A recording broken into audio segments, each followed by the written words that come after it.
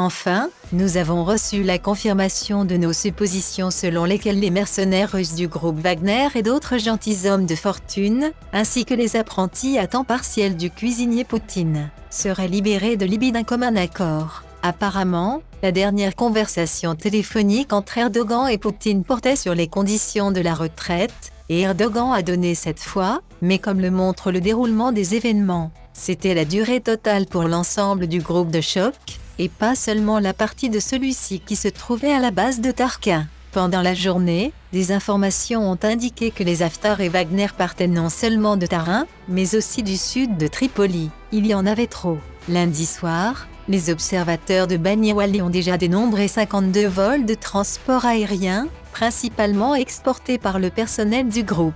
La plupart des équipements sont allés en direction d'Al-Jaffa, à égale distance des frontières de l'Égypte, du Soudan et du Tchad, le long de l'autoroute, par ses propres moyens. Il est à noter que l'autoroute repose dans cette ville, puis le désert et il n'y a pas de route spéciale plus loin et si l'équipement se débrouille tout seul, ce sera quelque chose comme Paris-Dakar, mais sans prix. S'il décide de se déplacer de cette manière, alors ce mouvement sera probablement effectué en direction du Soudan, où Wagner a une base permanente. Mais la chose principale dans tout cela est la suivante. Pour autant que vous puissiez comprendre, les vanniers ont eu le temps de sortir avant la fin de cette journée, le 25 mai. Mais pour autant que l'on puisse comprendre, la partie turque ne s'attendait pas à ce que tant de mercenaires sortent des fissures que tous les véhicules disponibles n'avaient tout simplement pas le temps de sortir. Selon les dernières données, la période d'évacuation a été prolongée jusqu'à la fin de la journée du 27 mai.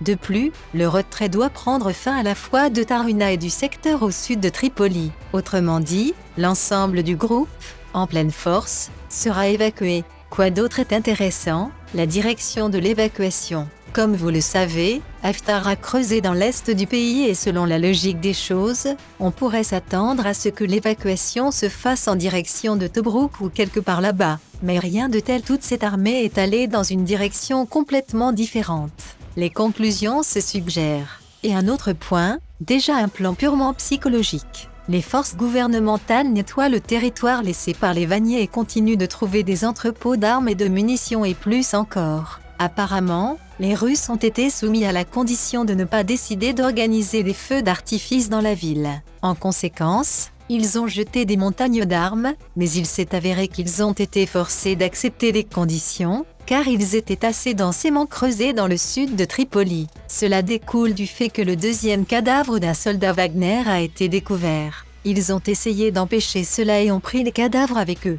Si cela n'a pas fonctionné, cela signifie, ils sont partis à la hâte, ou plutôt, ils ont couru. Mais même dans cette situation, perdre la vigilance est la dernière chose.